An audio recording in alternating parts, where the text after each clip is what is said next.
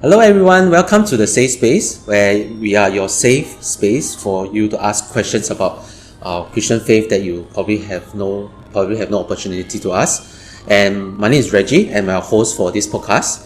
And today in this episode, we will actually talk about family, since Chinese New Year is around the corner. So the team thought we could talk about family, right? And today we have invited Delia here to share with us her journey and experience about her family and her journey of reconciling in her family as well. So maybe Delia, you want to introduce yourself?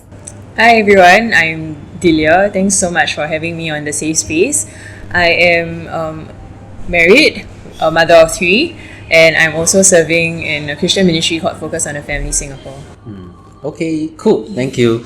Now, Delia, before we go on, just wanted to check in with you first before, like in any of the guests in the podcast, is we would like to create this safe space to talk about something sensitive. So as a host, how could I also take care of this space for you to have this conversation? Yeah, I think that's a very interesting question, and I really appreciate that you respect the emotional boundaries in conversations. I think personally for me, it's in having the option to decline to answer the question if I don't feel ready or prepared to do so. Sure. I will surely take care of it. Yeah. All right. So maybe let's begin first with since today the topic is about family, right? What family means to you? I think family is two things. One, family is a gift. Yeah. It's like how, when Christmas comes and you receive a gift from someone, you didn't get to choose the gift, but the giver of the gift thought about you, when preparing the gift. Yeah, and along the way, I discovered that that's what family is. We are born into a family. We didn't really get to choose our family. But I trust that God, the giver of our family, had thought about it for us. Yeah, whether our person, thought about our personality, the quirks of the other family members, and then, he probably figured that this might be a good fit. Just like how when we receive a gift, we sometimes wonder, what am I going to do with this? Or like, do I really like it? Maybe that's how we feel about family sometimes. And I think along the way, over the years, I've also learned to trust the heart of the giver. Right. Yeah, and trusting God's heart for me. Yeah. Second thing that I believe family means to me is family is ministry. Right. Yeah, and I say that because I discovered also how it's true family where our desire to be loved, to feel safe and secure, to form our identity. God intended for us to discover these things in the context of family.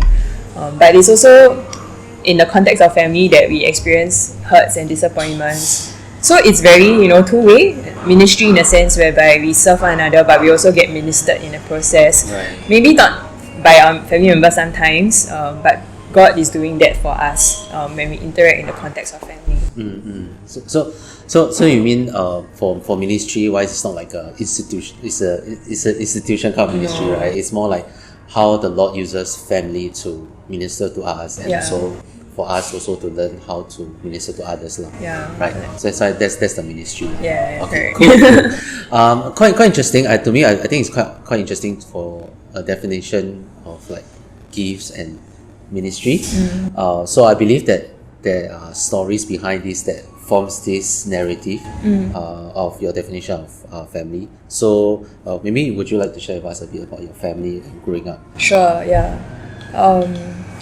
Well, I am in my early 30s now. Okay, so when I was born, my earliest memory of my childhood is that family comprised of my mother and my 2 older brothers.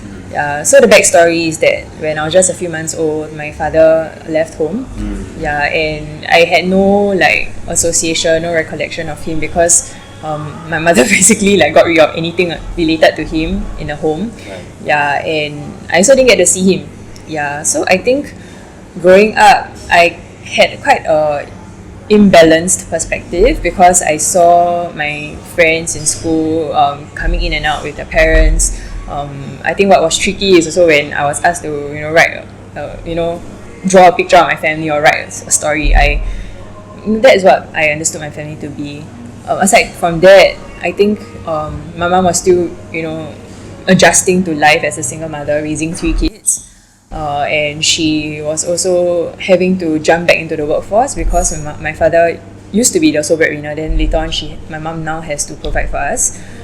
So these were challenges that we face, and I think in my preschool years, I associated family with a lot of stress, burden, and another thing that I started wondering to myself is, was I the cause of these things that happen? Because sometimes I'm being told that I'm told that my birth has resulted in a lot of trouble for the family, and I think that made me feel a sense of like unworthiness and also abandonment, because I felt that my father didn't care enough to stay. Yeah. Then subsequently, when my brothers entered their teen years, they also left home because the family relationship between them and mom was very strained, and I think they couldn't stand it anymore, so they decided to give themselves some space as they grew up. Yeah, and I think that kind of like had a double effect on me, to think that I really so unlovable that my father left and my brothers left, like nobody stays for me. Yeah, and I think I thought that family is a place of hurt and betrayal. Yeah, so that sense of security that I mentioned just now was like zilch. And I kind of thought to myself, like, it's really just me against the world. Like, I have to fend for myself and just don't trust anybody because I need to, otherwise I'll get hurt again. Yeah, so I think that's what I grew up believing family to be. I think to make it even more like, I realized that some things that I was thinking was very contradictory to what I learned in church. Right. Yeah, so we are a Christian family. My parents are believers. They were actually leaders in church too. So when these things happen in our family, and then we continue going to church, week in, week out, attend classes, Bible study, it was like irony, and I couldn't reconcile. Right. And why is it that I'm learning about a loving God, unconditional love, Right. or like safety, Right. but I didn't feel any of that in my Right. home. Yeah, and just that sense of like on the surface or on veneer, we can call ourselves a Christian, but Right. I really felt deep down like I couldn't connect, with the Right, Christian right, faith. right. Yeah. Right. Well, I was about to ask you also about like whether are your family Christians also. Right, yeah. Yeah. So, and now that you share, I'm just very curious. Like, so, how do you process that? How do you process all these, like, that your family? So your family situation is like this, and plus, the Christian ideal of a family. Yeah. So back then, how did you process that? Yeah. Very funny because you say back then, right? Like really, last time people don't talk about such things, right? Right. It's like taboo. Then I mean, divorce was also like quite uncommon back then.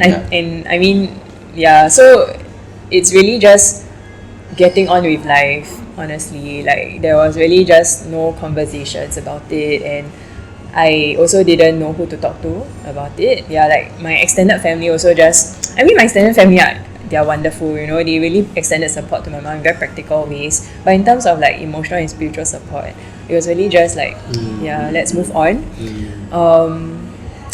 So how did I reconcile? I think it really took years.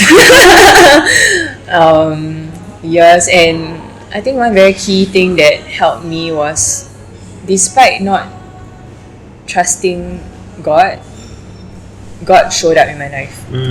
Yeah, so like one very key incident for me was I was 7 years old, and that was the year that the court, the family courts, ordered for me to see my father, and that was the first time I was going to see my father at 7 years old. Oh, okay. I actually felt by then I was very angry. Like 7 years of my life you never show up, then like now I need to see you. Okay. Someone is ordered by the court, like I was very reluctant to go. And that was somehow within that same year I was invited to attend a children's camp at my relative's church. And at that camp, at church nobody knows me, nobody knows my family situation. So I responded to an altar call, and in the altar call, one of the aunties prayed for me. She also doesn't know me. I don't know her also. Yeah. But she prayed. She said, your earthly father may fail you, but your heavenly father will never fail you. And I think at that moment, I was just like, wow, God is real. Right. Even though I cannot really like reconcile at that point in time, but Right. that sealed in my heart as a young child that God is real. Right. So over the years, even though I continue to go up and down in my spiritual walk, run away from God, Cold War, everything, but God continued to pursue me, and Right. His love is just so unbelievable. Right, Yeah, right, and I think right. that's how over time gradually Right, I came to see that despite the failings of men, Right. the disappointments that we would face in the relationships we have with mankind or human beings in our family, God doesn't fail lah. I mean, thanks for sharing that, because I think I mean, for me, though my families are intact, but they're non-believers lah. So the interesting thing is that my dad is a very traditional dad. So I think growing up, I couldn't feel also the I guess there are areas of ways of love that I hope that he will show us. But I think it wasn't there lah. And I think one of my turning point was also similar to you, about learning about how my earthly father may not be sort of perfect, and may have disappointed me in a certain way.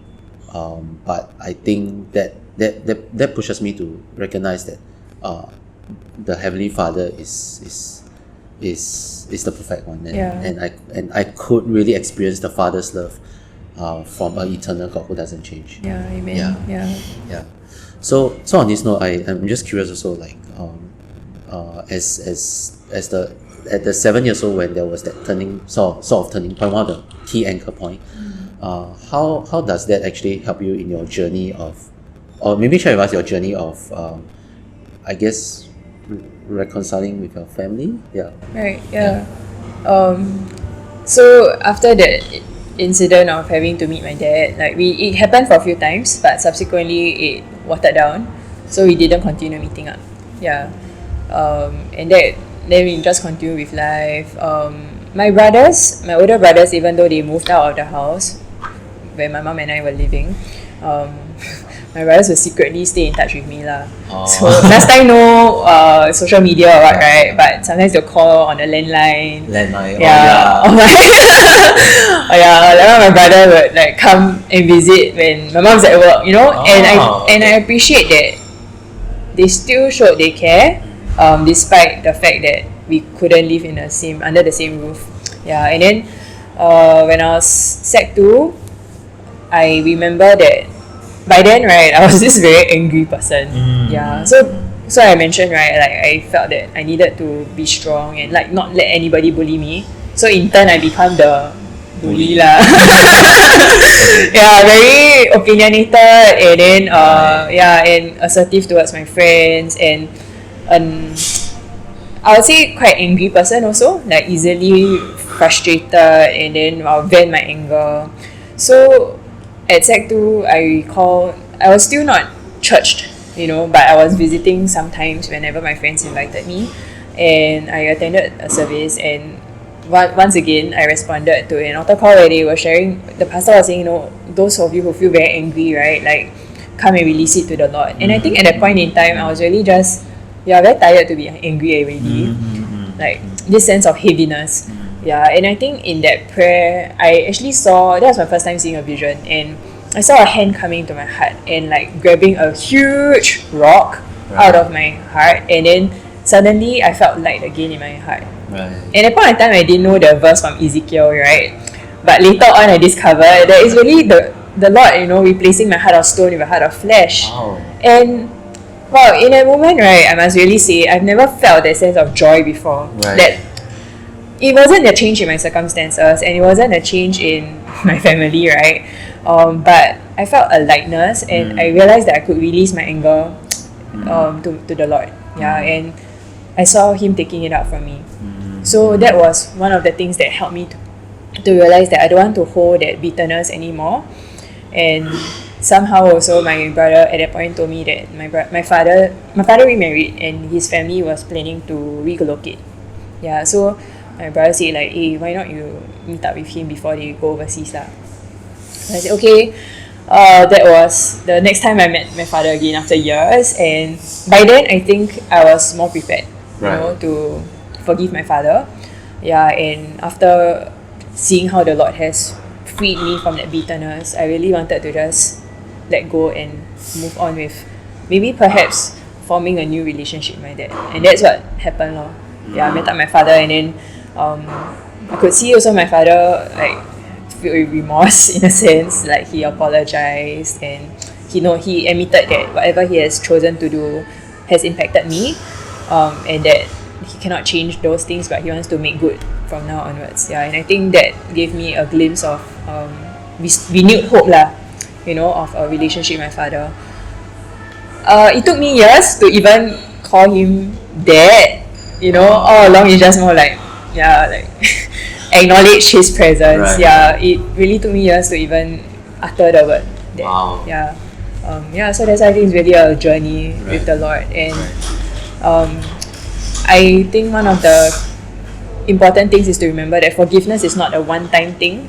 Yeah, but it's really an ongoing thing. Even right now, I'm also learning to forgive.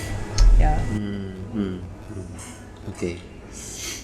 I'm just letting the story surface into me. I think, I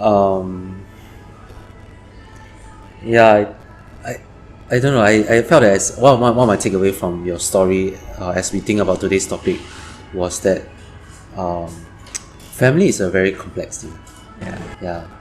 And I don't know. I just sense that if I put myself in your shoe, if I'm going through at that time, I would hope that things get quickly settled as soon as possible. Yeah.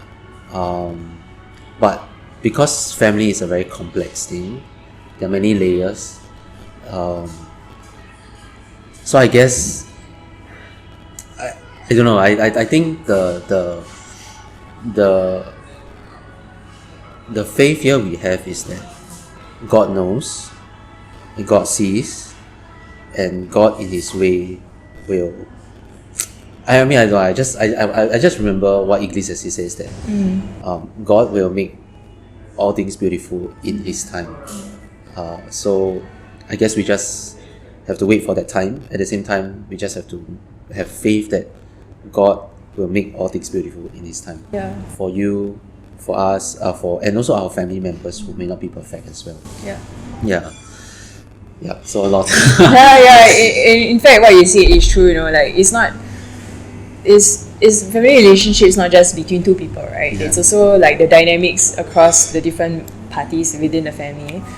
Yeah, and I think I was just sharing about how I reconciled my father, right? But there's also that other part about my reconciliation with my mom. So even though we were living in the same house, she raised me, but it was really such a bittersweet thing, right? There was so much tension, and then passive aggression, and all sorts, and that sense of rejection that I felt was ongoing, even though her actions showed that she really wanted to, raise me.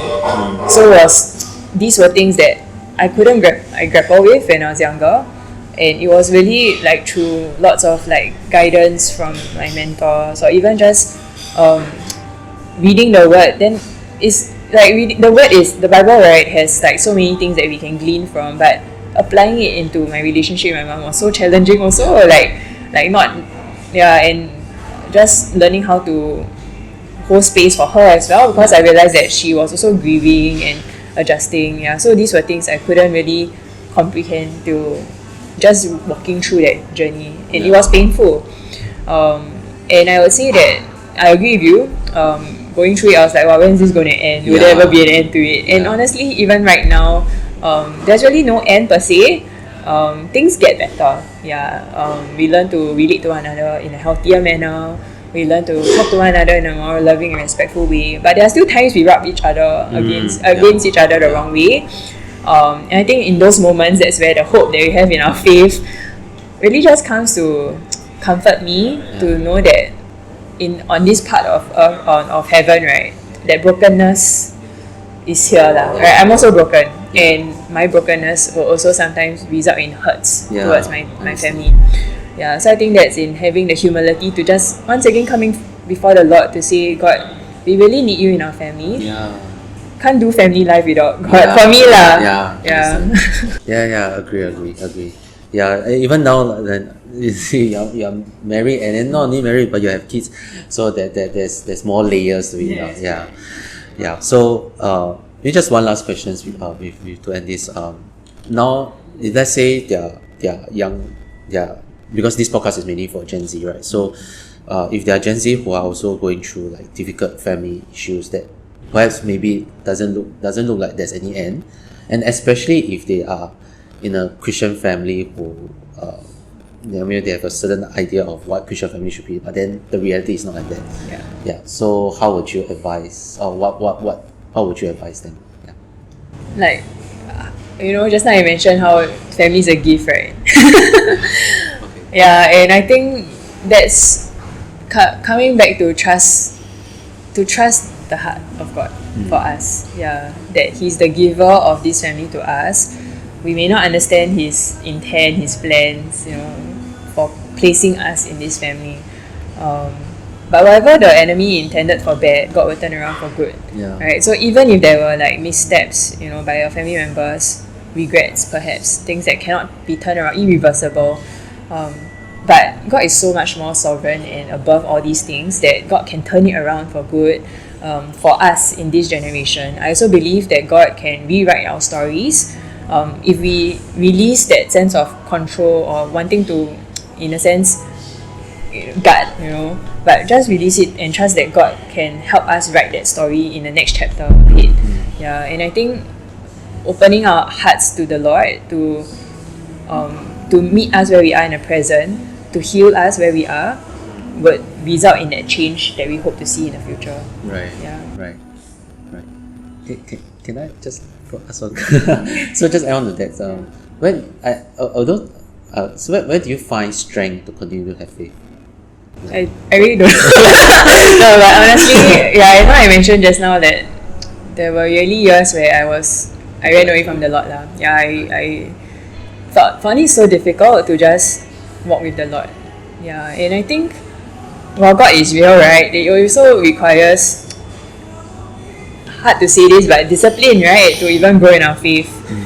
And I think that's where I realized that another verse that really spoke to me. God showed me that God disciplines those that He loves, right? And many times we think that discipline is harsh and punitive, but actually in God's world, right, His discipline is really very gentle, so gracious. And I think I experienced that personally in my life, that He never condemned me, even though when I made choices in my life that were not healthy for me. And that's how I know that His unwavering and relentless love just pursues us, and then I think that gives me that strength to continue walking. But I would say definitely not on my own will lah. It's really empowered by the Lord. Thanks for sharing. I'm thankful in this conversation